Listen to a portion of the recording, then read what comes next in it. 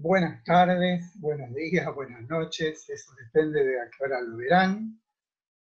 Me toca la tercera unidad, es Platón, serán supongo que unos tres quizás, porque voy a cortarlos a los 40 minutos porque ya tuve algún inconveniente con ese tiempo. Platón, ya lo saben, la bibliografía está en la página, se la voy a decir de nuevo.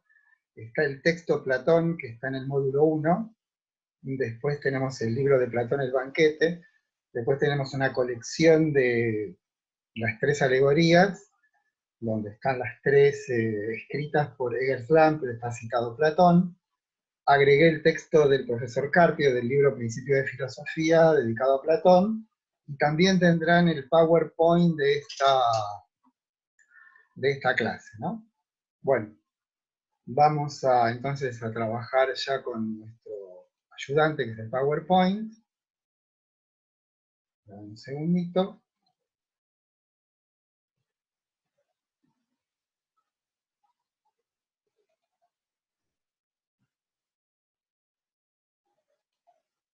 Bueno, comenzamos entonces.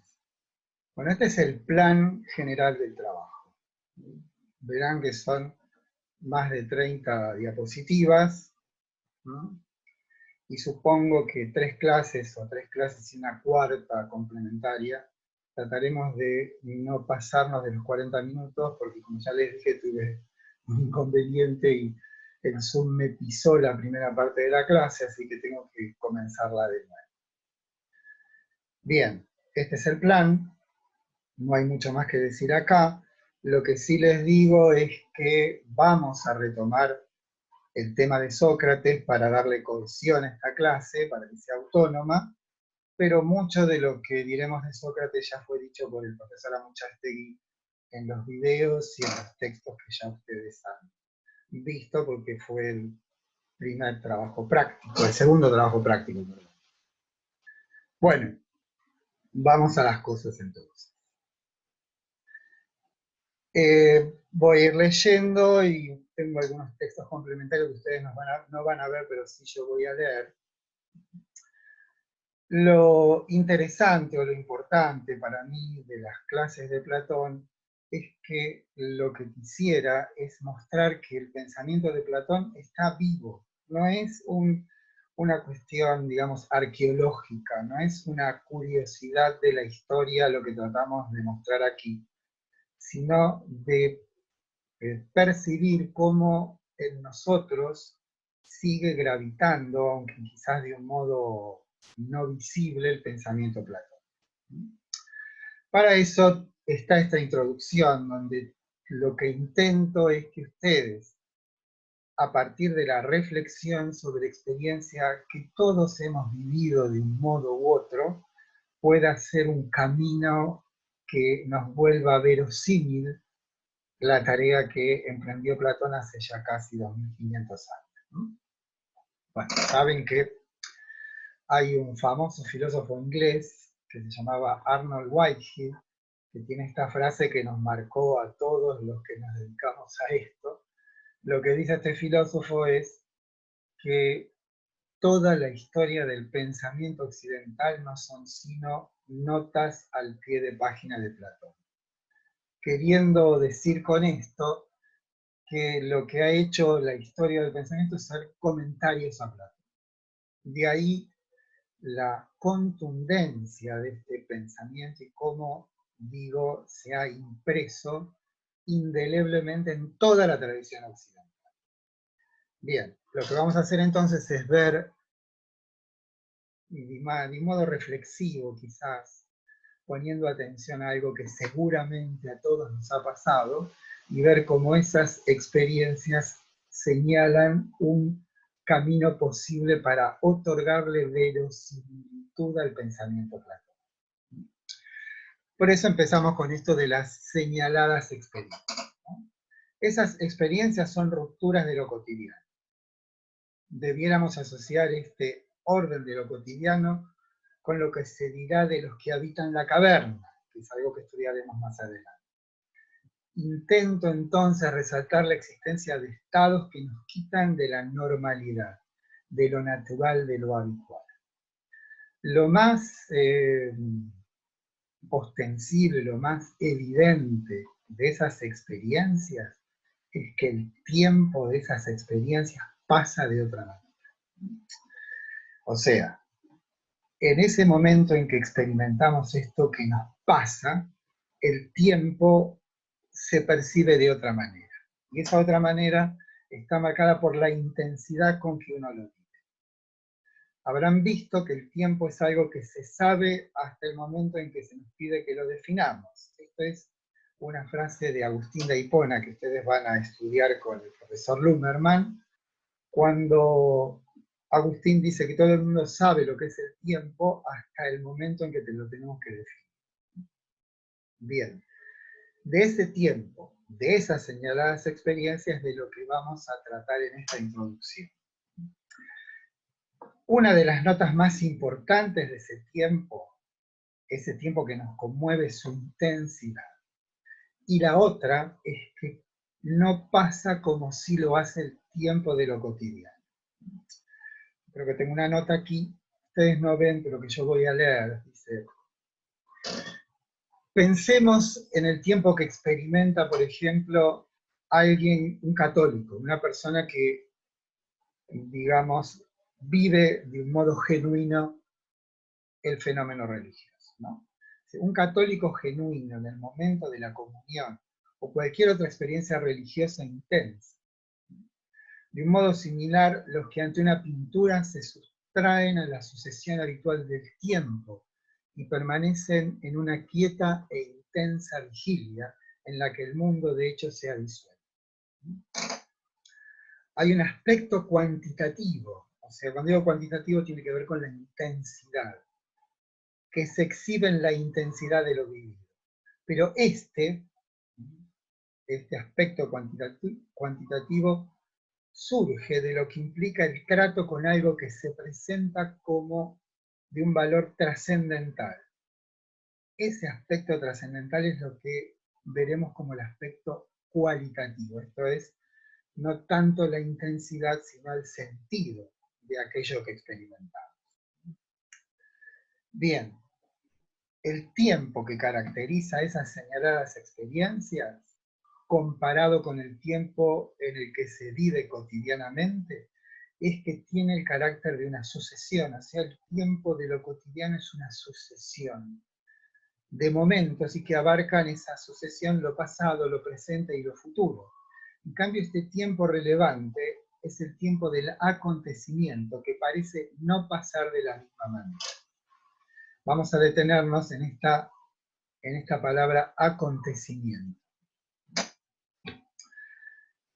El acontecimiento es algo que adviene sin que lo anterior, que lo que antecede al acontecimiento, digamos que lo anterior al acontecimiento es vivido, pero que no lo anuncia.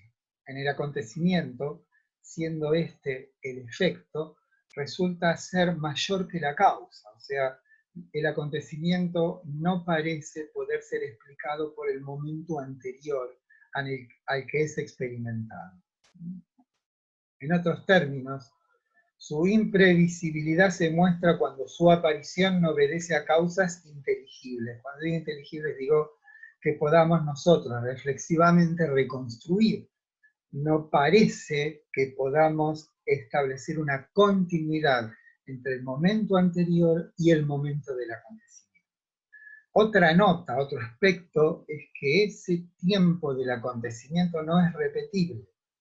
Se resiste a la manipulación. Y por otra parte, se establece en nuestro ser como un primer paso, o una aurora que anuncia un futuro no predecible.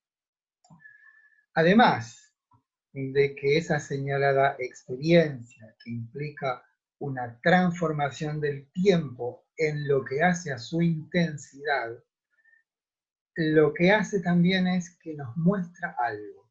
Eso lo llamamos lo entrevisto. Lo entrevisto en el acontecimiento señala algo que es percibido, pero ante el cual el yo pierde su autonomía. Pierde, digamos, su señorío ante lo que adviene. Y correlativamente, en lugar de ser quien ve, es el que es mirado. Es como que en esos momentos nosotros de algún modo perdemos la autonomía. Con esto quiero decir el señorío del yo.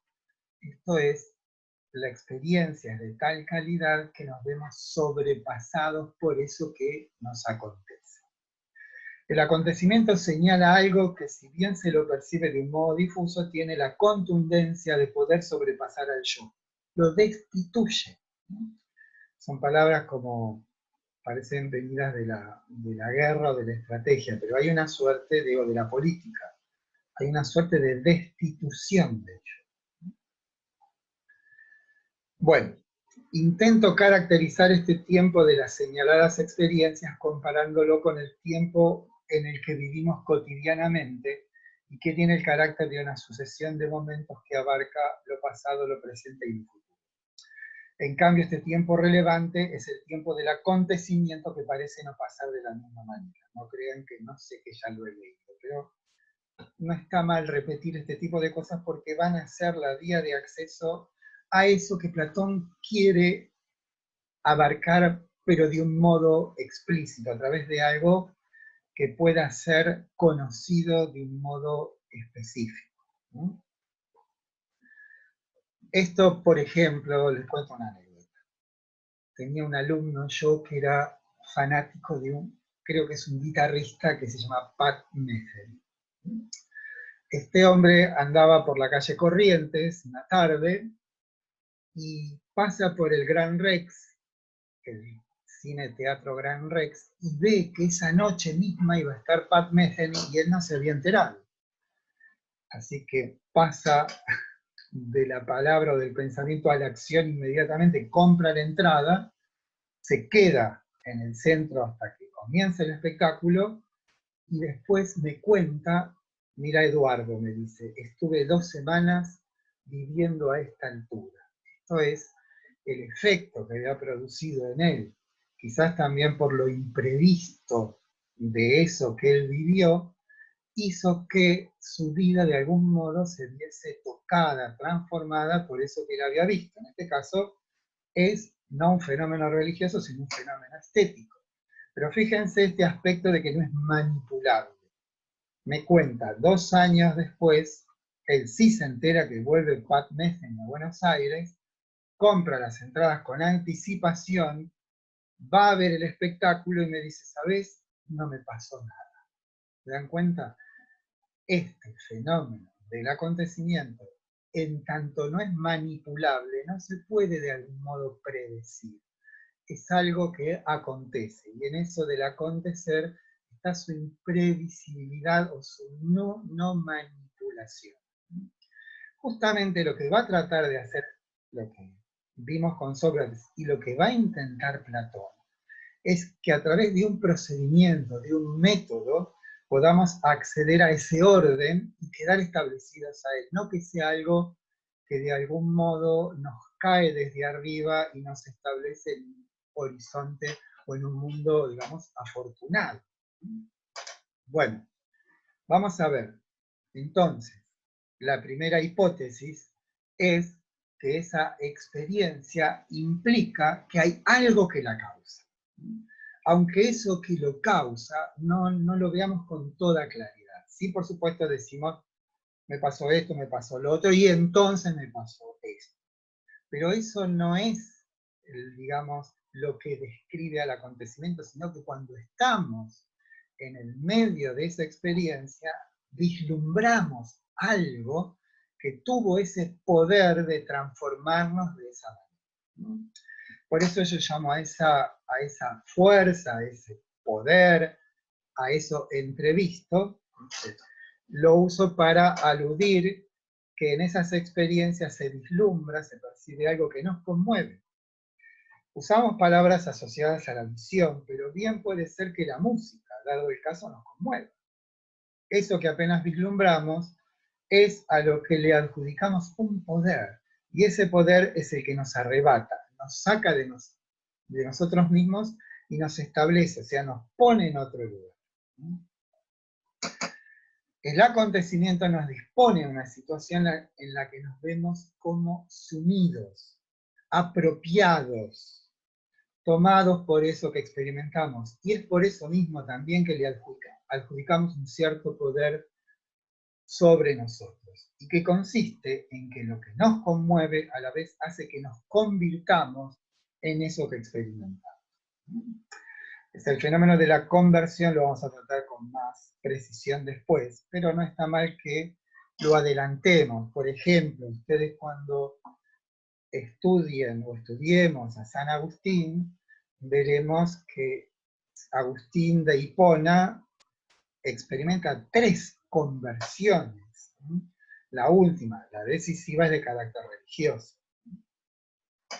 Ahora bien, además entonces de esa aparición que nos interpela, nos transforma, nos conmueve, que es impredecible, que no es repetible, que no es manipulable, además, visto desde lo que nos pasa, nos unifica. Otro aspecto peculiar de esta experiencia es que nos unifica, nos sustrae a la dispersión a la que nos habitúa lo cotidiano. En lo cotidiano estamos en varias cosas a la vez, sin que la atención se pose preferente en ninguna cosa en especial. En cambio, en esto que describo, será que somos uno con la cosa que nos conmueve. Eso es esta unificación, ¿no? Bueno, hago un adelanto entonces de esta palabra conversión, que de algún modo tiene que ver con este tipo de acontecimientos. La conversión es una experiencia que de un modo radical nos transforma. Esta transformación lo que ofrece es un nuevo horizonte de sentido. Acá voy a hacer una explicación de qué es lo que quiero decir con horizonte de sentido, y me voy a apelar a un ejemplo que doy en las clases que habríamos tenido, ¿no? Supongamos, acá tengo este celular, ¿no? Si trajéramos un individuo que vive en una comunidad fuera del mundo occidental, supongamos un habitante del desierto de Kalahari, un Hotentote, que nosotros decimos viven en otra dimensión del tiempo y el espacio. Y traigamos a una persona de nuestro mundo quien claramente diría, bueno, esto es un celular, claramente. En cambio, quizás ese otro individuo de un mundo totalmente ajeno al nuestro diría, ah, es una magnífica arma arrojadiza. ¿Se dan cuenta? Lo que constituyó a esto, que para nosotros es un celular, es el horizonte de sentido en el que vivimos. Y es ese horizonte de sentido el que da el carácter de a esta cosa, a este ente, ser lo que es. Entonces, cuando hablamos de conversión, cuando hablamos de acontecimiento, lo que queremos decir es que ese fenómeno, esa experiencia, nos establece, nos dispone a otro horizonte de sentido, ¿no? Y eso es lo que quiero decir con este término, que vamos a ver que aparecerá varias veces en nuestra clase, ¿no? Un nuevo horizonte de sentido en el que una vez ahí establecido se conforma este horizonte como un orden de intensa familiaridad. Quiero decir, ya el tiempo no habrá de pasar bajo la forma de una ciega sucesión de horas, sino que la transformación inaugura una diferente percepción del tiempo y otorga en muchos casos a la existencia un carácter misivo. Con carácter misivo quiero decir un carácter de misión, ¿no? Esto es, obviamente, los casos más extremos. Y supuestamente podríamos decir que es más común en el fenómeno religioso. Pero sabemos que hay muchas personas que de pronto ven un cuadro, escuchan una música y eso los transforma radicalmente, ¿sí? Bien, esto último es patente en el caso de Agustín de Hipona, asunto de nuestras próximas clases, ¿no? Además, de un golpe esa experiencia nos unifica, como cuando escuchamos una canción que nos conmovió, o acompañó en la infancia y que ahora nos conduce a esa unción. Podríamos decir que la manera más común en que experimentamos este tipo de interpelaciones es, por ejemplo, el enamoramiento. En el enamoramiento, de pronto nos instalamos en otro horizonte, en otro mundo, en otro tiempo, en otro espacio. Y eso es lo que queremos decir con un nuevo horizonte de sentido. Ahora bien, si reflexionásemos sobre aquello que nos aconteció cuando experimentamos aquello que llamamos esas señaladas experiencias, indudablemente veremos que lo provoca es algo que tiene un determinado valor. Entonces, ya orientándonos a lo que dirán Sócrates y Platón, podemos decir que aquello que nos interpela lo hace porque tiene valor. Esto es, si nos precipita la citada experiencia a ese estado descripto, es porque algo valioso está en juego y le pertenece, y que no es medible con la vara de lo cotidiano. Y esto valioso lo experimentamos como algo bueno o algo bello, pero que no es susceptible, lo que nos pasa, de cálculo o previsión. Esto es, no son las señaladas experiencias algo manipulable. Como verán, repito varias veces lo mismo porque me parece que es una de las maneras de ir asentando en nuestra mente, en nuestra cabeza, aquello que hará Platón. Bien, si seguimos reflexionando sobre las características de esta experiencia, digamos que debe haber pasado algo en la secuencia de lo cotidiano que nos precipitó a esa experiencia. Podríamos pensar que esa plenitud ajena a lo cotidiano es como un llamado de algo que de algún modo sabemos, pero no conocemos. Acá tenemos otra de las distinciones que va a ser familiar cuando nos introduzcamos de lleno, de algún modo en Sócrates, pero más decisivamente en Platón. Algo así como que hay otro mundo donde se encuentra la fuente de esa fuerza capaz de conmovernos. Lo que es indudable es que estas vivencias no vienen de lo que ocurre todos los días, eso está claro. No vienen de lo cotidiano, y esto es justamente porque lo desequilibran, lo quebrantan o lo disuelven. Creo que tengo una nota. Dice, respecto del valor, ¿no? O sea, ¿qué cosas son los valores? O sea, aquí es un momento oportuno para que pensemos qué significan los valores. Los valores son aquellos donde nosotros sostenemos nuestra existencia. Bien, el valor. Alguien dijo que los valores no son, valen. Adjudicamos a eso que experimenta una causa que, aunque inasible, es perceptible. No conocemos la causa de aquello que nos interpela, pero la percibimos. Si bien la juzgamos por los efectos, es difícil descubrir su verdadero carácter. Quiero decir por los efectos. Los efectos son eso que experimentamos, eso que vivimos. O sea, ese es el efecto de algo que de algún modo desconocemos. Pero, dado que aquello que nos pasa es de un orden otro y provoca semejantes consecuencias, nos inclinamos a suponer que tienen alguna existencia peculiar, o sea, aquello que hace que a nosotros nos pase semejante cosa debe tener una existencia en otro orden, obviamente no pertenece al orden de lo cotidiano. Además, dado el modo en que nos absorbe, no podríamos de pensarlo sino como algo valioso. Aquí es donde proponemos, dando un paso más, quizás no del todo fundado, pero verosímil, que consiste en adjudicarle bondad y o belleza. Esto hace que nos pongamos en cercanía de lo que los griegos, en especial Sócrates y Platón, ven que lo a descubrir cumple con esos atributos, bello y bueno. Sin embargo, como veremos, deben ser pensados como uno. O sea, para Platón, y de algún modo para Sócrates también, la bondad y la belleza no son dos cosas, son una única cosa que se expresa de diferente manera. O sea, en la experiencia tenemos vivencias de lo bueno, tenemos vivencias de lo bello. pero para el pensamiento de Platón, lo bueno y lo bello son una única cosa, que después veremos se llama la idea del bien.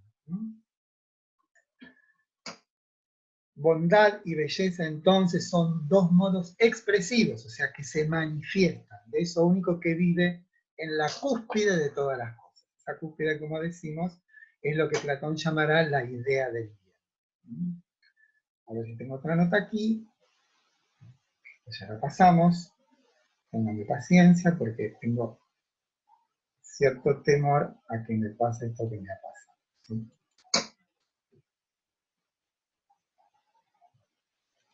Que no desesperéis, que ya llegaremos a la finalidad. Bien. Esta introducción, entonces, tiene por único fin que atendamos a que a eso que señalamos sería un camino para comprender qué es la filosofía de Platón. Ya que ella nos describe y enseña la estructura de ese mundo otro, ese presunto mundo otro que raramente nos roza, y al hacerlo nos interpela. Debiéramos preguntar, ¿es posible que ese mundo otro, en lugar de aparecérsenos ocasionalmente y sin aviso, pueda transformarse en nuestro horizonte vital, en una asistencia que ilumine sin pausa toda nuestra vida en lo cotidiano? Bien, Platón responde a esa pregunta con una luz. O sea, eso evanescente, eso aparentemente casual, eso que de pronto se nos aparece, eso que de algún modo es un enigma.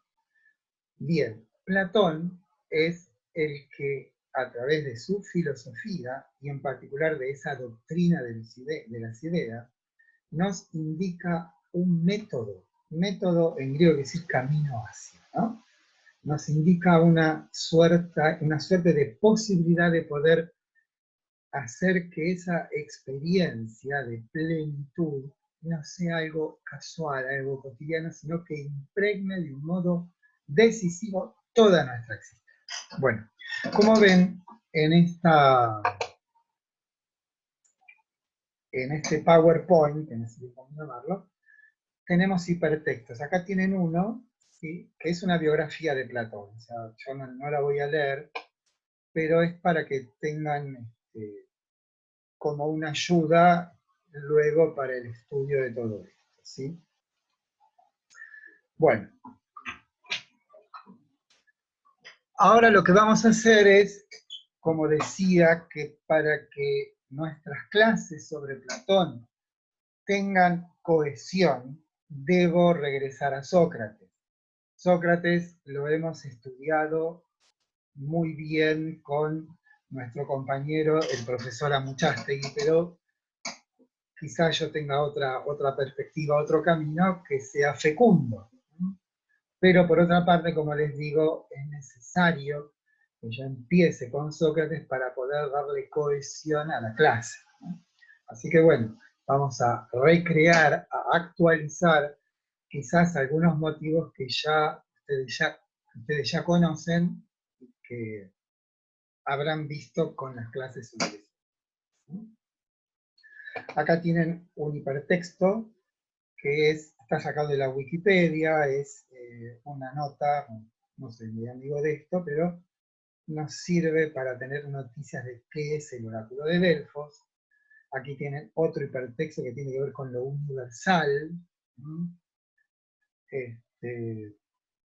Acá lo que estamos viendo es una referencia al texto del Laques que ustedes conocen. Lo que quiero decir con esto es que Sócrates, y esto es un señalamiento que hace Aristóteles en su Metafísica cuando hace una suerte de historia del pensamiento griego, le otorga a Sócrates el eminente papel de haber establecido que el conocimiento, para que sea tal, debe ser un conocimiento de lo universal. Después vamos a ahondar sobre eso. Sócrates es el más sabio. Conocer muchas cosas no da genuino saber. En el oráculo de Delfos había una inscripción, que ustedes conocen, conócete a ti. Esta frase puede servir de guía para nuestra introducción a Platón a través de su maestro Sócrates. ¿En qué consistirá el verdadero saber? Esa es la pregunta del millón, como digo. ¿Qué es el verdadero saber? Y este no se da en el conocimiento común, o sea, el conocimiento común está ejemplificado tanto por Sócrates como por Platón, por los sofistas. O sea, no es una mala estrategia para estudiar a los filósofos tener claro conocimiento de quiénes son aquellos con los que nuestros filósofos se pelean. Y sabemos también claramente por las clases que tuvimos que el enemigo a vencer, si planteamos todo esto en términos estratégicos, son los sofistas. ¿Por qué?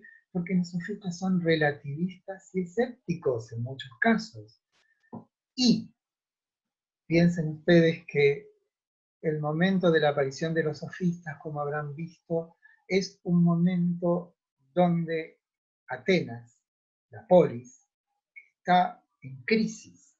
No solamente porque la guerra del Peloponeso está en ebullición, podemos decir, sino porque, y esta sería la tarea socrática, Sócrates se autopropone como una suerte de médico de la polis, pero en lugar de curar cuerpos, curará almas, y esas almas las habrá de curar a través de la palabra, y esa palabra tiene el sentido de hacer que los ciudadanos con los que conversa, digamos, experimenten de algún modo un regreso a aquellos valores que hicieron posible que, por ejemplo, los griegos en general y los atenienses en particular venciesen a los persas.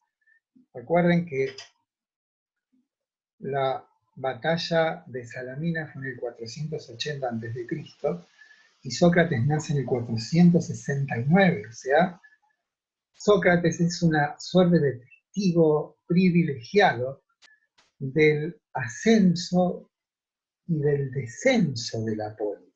Y se da cuenta de que el origen del mal de la polis está en el predominio de los intereses particulares por sobre los intereses de la ciudad. Esa es la enfermedad. Y esa es, o sea, como un médico, Sócrates lo que hace es observa, diagnostica y cura, ¿no? ¿Qué es lo que hace un médico? Observa el fenómeno, diagnostica cuál es la causa de ese fenómeno y por fin intenta una terapéutica. Aquí tenemos el mismo esquema. Ve Sócrates la crisis de Atenas. Ve que en esa crisis el fenómeno que no es la causa, o sea, la causa del problema de la polis no son los sofistas, pero sí son el síntoma de la enfermedad, son un síntoma corrosivo, porque la práctica sofística, en tanto se dirige a los individuos para que de algún modo triunfen, digamos, lo que le importa al sofista es el éxito, no de la polis. Piensen ustedes que estos profesores, a veces muy bien pagos, eran gente contratada, no eran atenienses, en general venían de otras ciudades. Y lo que la práctica de los sofistas en la visión de Sócrates y de Platón, como digo, es una práctica corrosiva, disolvente.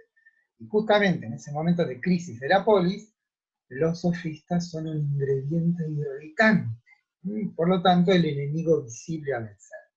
O sea, ¿cómo habríamos de vencer a un enemigo que sustenta como principio que el hombre es la medida de todas las cosas? O sea, que yo debo actuar según mi buen parecer o entender, sin poder ceñirme de ninguna manera a valores que están más allá del orden de lo cotidiano.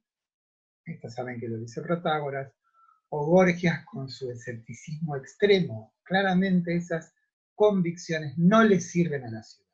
Es la única manera que tendrán de oponerse tanto Sócrates como Platón a la prédica sofística es mostrar que existe un orden de saberes, un orden de verdades que está más allá de las opiniones, que son válidas para todos. Piensen eso, después lo vamos a ver con más extensión, que uno de los elementos fundamentales en la estrategia contra la práctica sofística es la matemática, porque no hay opiniones en matemáticas, no hay escuelas en matemáticas, ¿no? Y todo eso tiene que ver con esto que llamamos lo universal, ¿no? Bien. Lo universal no es un conocimiento común, no viene de la experiencia. Ese que proviene de la experiencia, de lo cotidiano, ya que en él solo se nos presenta lo fragmentario, y de lo fragmentario no puede obtenerse lo universal, solo lo general. Ese ti mismo del conócete a ti mismo no es conocimiento biográfico, un conocerme en mi peculiar personalidad, sino que se presume en lo esencial de cada uno hay algo más valioso, que sin embargo es esquivo a lo que a cada momento pasa, y es necesaria una tarea que es en cierto sentido una búsqueda, que inquiere por algo que debe ser develado, algo que ya desde siempre está en nosotros, pero que necesita de un trabajo para ser puesto a la luz. Sócrates es el que toma como misión divinamente ordenada, recuerden lo del oráculo, la tarea de persuadir peito a sus conciudadanos de que existe esa dimensión de lo humano, que no es algo de lo que la experiencia nos da, y que su descubrimiento nos envuelve, otorgándole a nuestra vida un modo más alto, del cual no se vuelve. El poder de ese encuentro es tal que una vez que a él accedemos, nos es obturada toda posibilidad de regreso al mundo anterior. Esto así dicho, está expresado de un modo insuperable en la alegoría de la caverna, que estudiaremos más adelante. Es como si hubiese ocurrido en la vida de Sócrates una experiencia de descubrimiento que lo ubica en un orden de valor absoluto y que lo demás de su vida habrá de ser asistido por la excelencia de esa revelación. Sócrates, que se negó a escribir, esparcía un tanto al azar ese saber que no conoce cosas, sino lo que hace posible conocer. Bueno, aquí, ante el peligro de un accidente con esta aplicación Zoom, voy a cortar y voy a retomar desde este punto en el próximo video, ¿sí?